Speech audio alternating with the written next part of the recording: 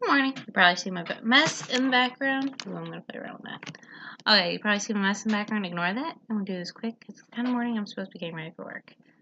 So, I'm going to do some love today for Beneath Project Us. I haven't done a lot for that. Probably deserves a little more love. Ooh, that's my phone going off. And there goes the dogs. Needs a little more love. It probably deserves it. It does not get enough.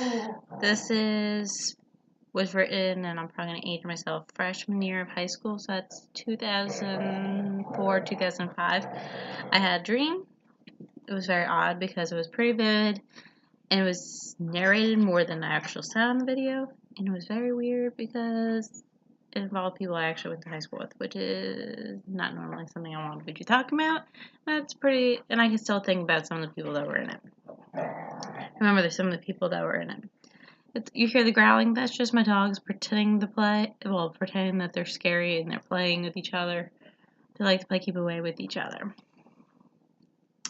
So like I said, Project Dust. I wrote it back then. This was a story I wrote.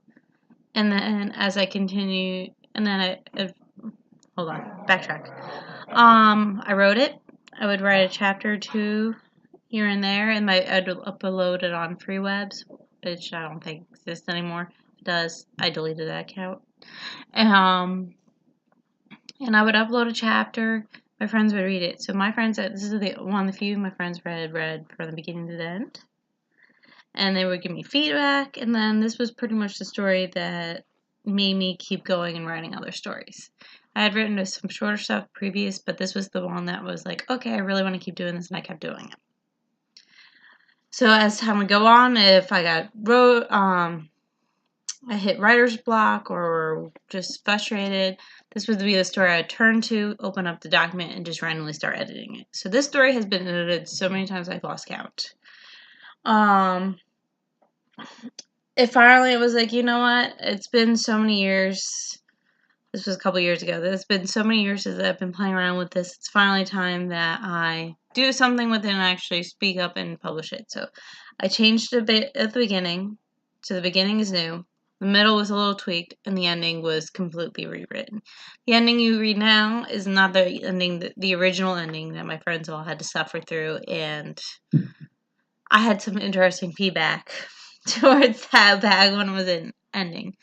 So that was a soft spot in my heart because how many times I had to read this story and pay attention to it, and I love it. It probably needs a little more love, so I probably need to start marketing this one a little more. So I'm going to try to read chapter 1 today. It's a little longer than Beneath the Scars chapter 1. And then I actually have to get ready for work and water the plants because we water planted plants and then I hate weed put it. Okay, so the only issue is I love the cover. It fits. If you read the story, you'll know why a bench fits. The only issue is her eyes in the book are green. It's a very Rachel-esque outfit today. But of course I can't edit and make this stuff change on covers.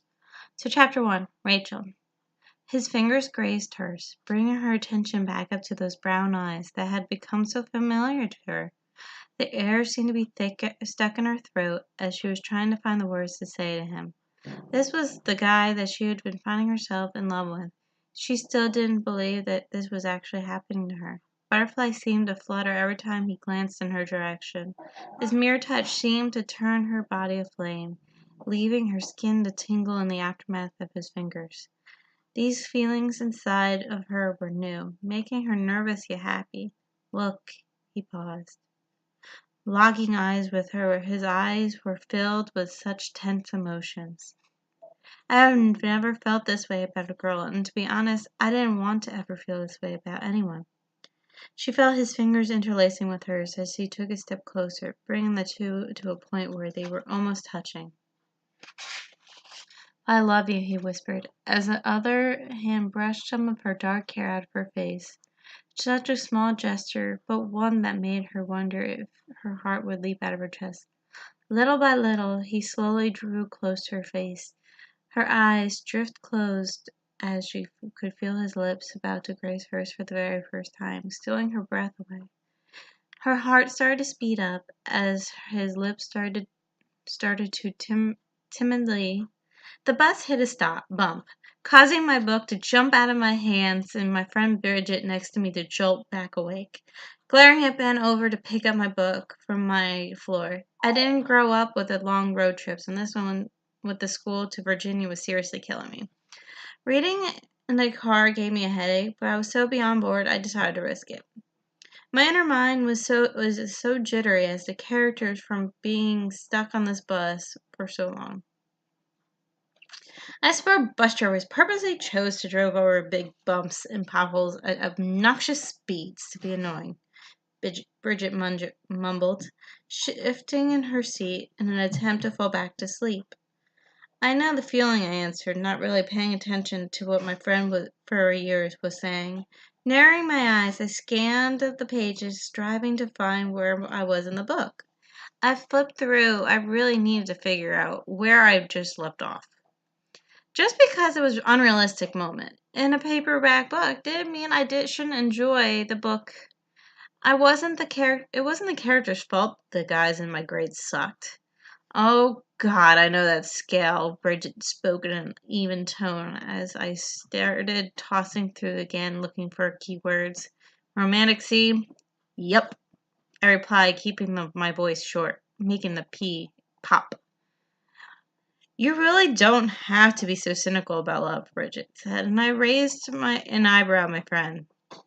Bridget was wearing a floor-length peasant style black skirt, in addition to wearing one of her corsets, a white one with a black lace design on the front, with capped short sleeves.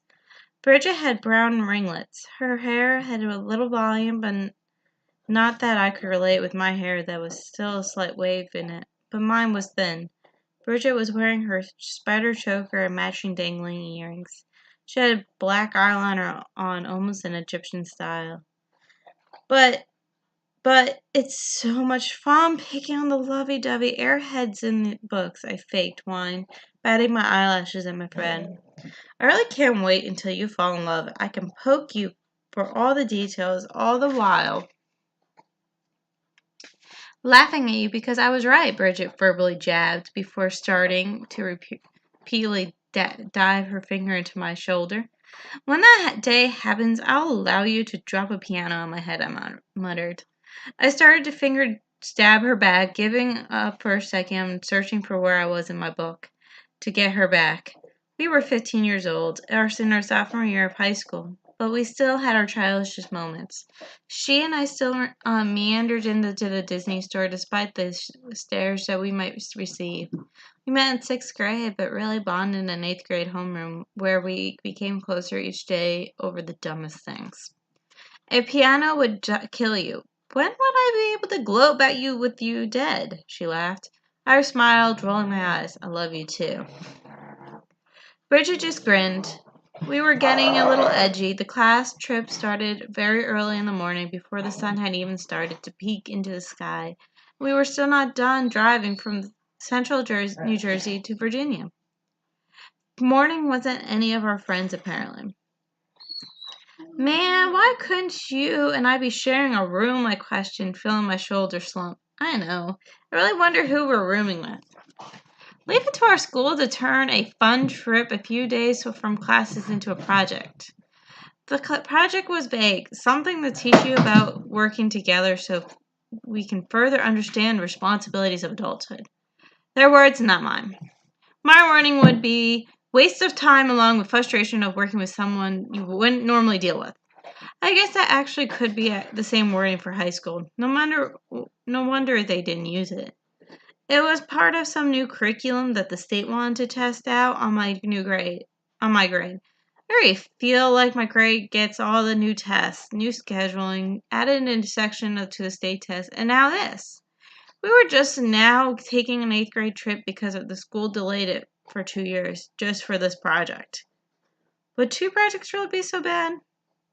We weren't really told much about the project, just that we would start it during the trip. We will have to work closely with our new partner, and it will last the whole school year. I don't know what jerk thought that up, but they really need to be taken out back to suffer.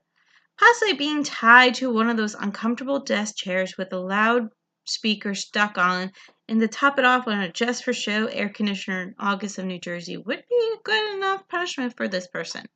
Leave it to Adams High to do a project all year.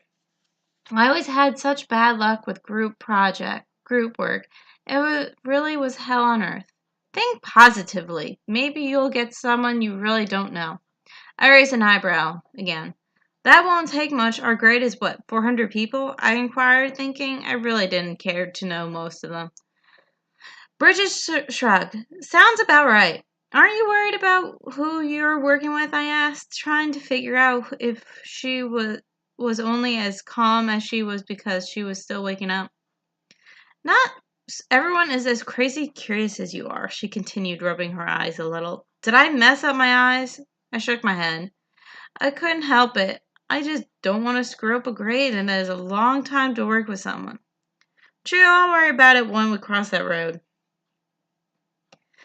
I fused my eyebrows and my green eyes met her brown ones. Why can't you and I ever be calm at the same time? She smirked. We balanced each other out. What can I say, love? I gave a slight laugh. Isn't that the truth? An hour later, our bus finally pulled up behind the other buses in our school from our school at our hotel. The girls and boys were separated in buses, which wasn't a detail that was presented to us until people started to tell us what their bus numbers were. Nick and I, we've had classes together since kindergarten. We've talked about our bus numbers, and when the whole homeroom knows the segregation of sexes. Nick March and I have an odd relationship and always have as long as I can remember. We were school friends, talked when we had classes together, might say hi in the hall, but never tried to hang out outside of school.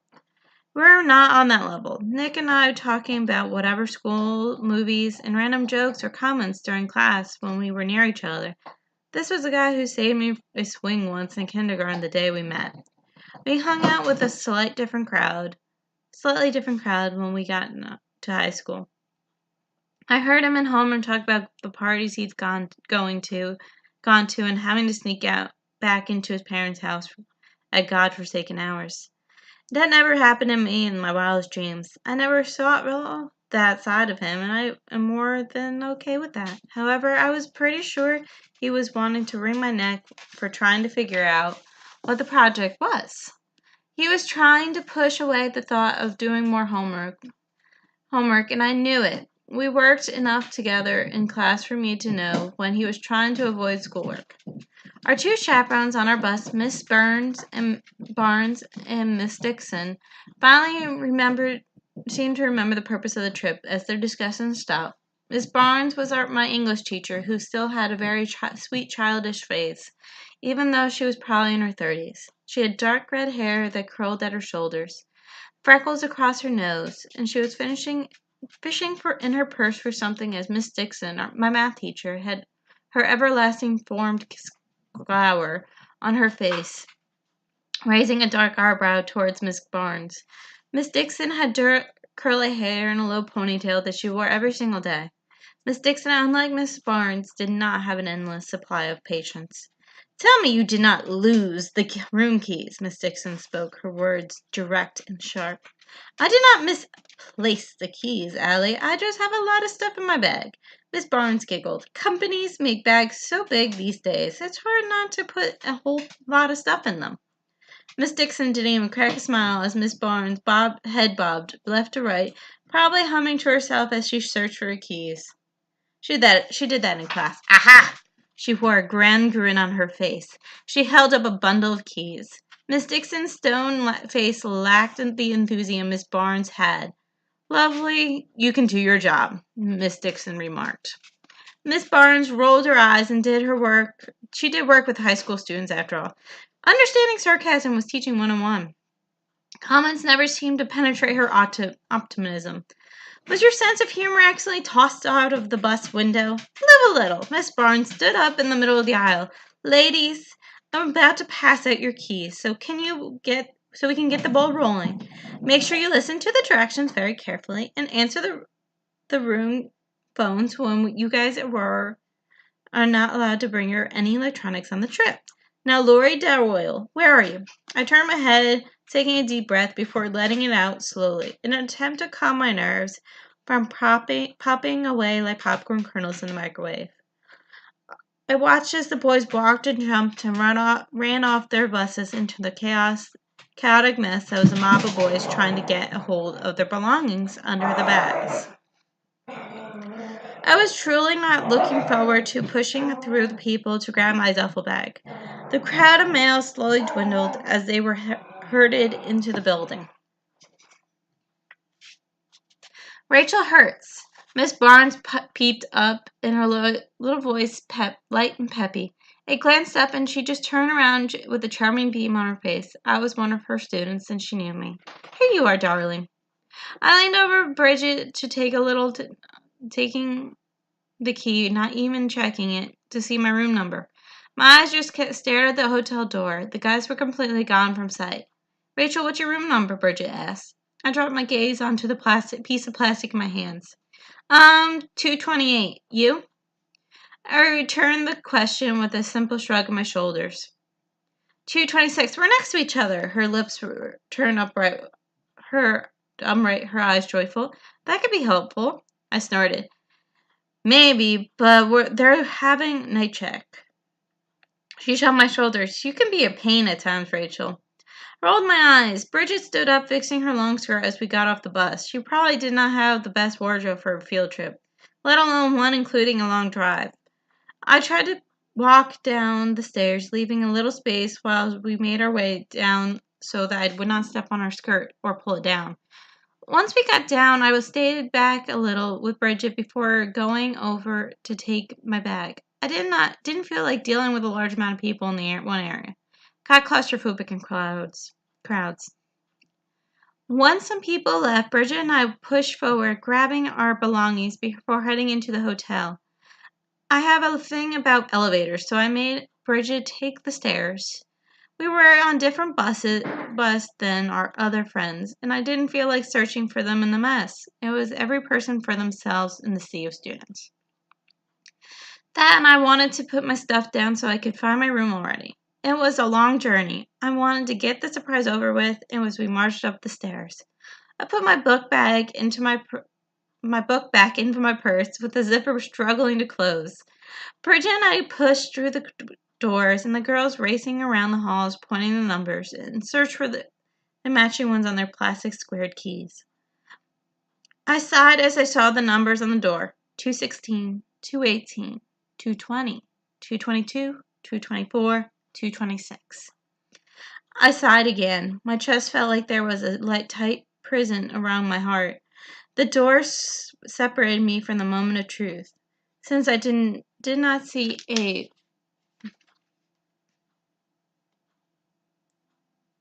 girl trying to get into the room, she had to be in there already.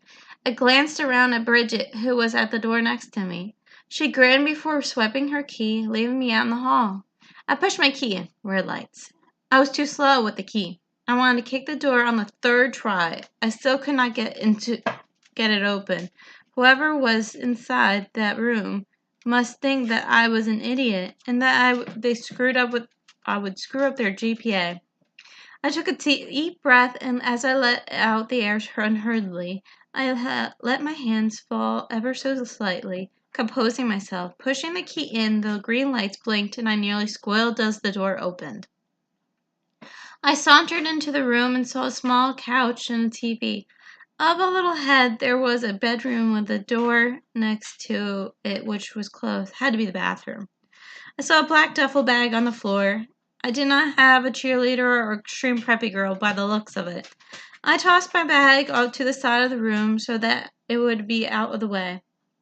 I wanted to kick my shoes off, but I knew we had to meet the school back downstairs in the lobby. I shoved my hands into my jean pockets, leaving my jacket on. My ears perked as I heard the doorknob twisting. I held my breath as I watched the door slowly open. My heartbeat echoed into my eardrums. The moment of truth, my heart was caught in my throat. The door finally opened, and there stood glancing down at the ground was a guy with an angled chin, shaggy brown hair. I was standing there speechless as Nick Marsh leisurely lifted his head so his blue eyes met my green ones. Nick raised a dark brow at me. Neither of us uttered a word for a minute, but it felt longer. "Rachel, what are you doing in my room?" Nick inquired, both of his dark eyebrows pulling together. This is the number that's on my key," I answered. "I can read." Nick rolled his eyes. "I'm quite aware of the fact that you can read." Nick was leaning to his side, so his shoulder was pressed against the wall. "You always seem to have a book glued to your face." Keys must have been mixed up. I threw the idea out there to get away from the fact that I was always reading. "Probably. There's no way that a school would purposely let a girl and a guy share a room. Plus, if you really wanted to show all that you had to do, if you really wanted to show, all you had to do was ask, Rachel. You and I have known each other for a long time."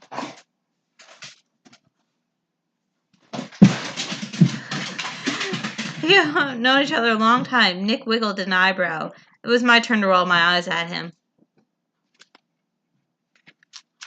"What makes you think I would want to see that?" I threw back at him, crossing my arms over my chest, hoping my cheeks were not as red as they felt. "Dirty mind you have there. I was only referring to me. Seeing me," Nick smirked. A dry laugh escaped from me. "You're crazy," was all I could respond with. Nick grinned, making his face glow. "You only live once. You gotta live it up."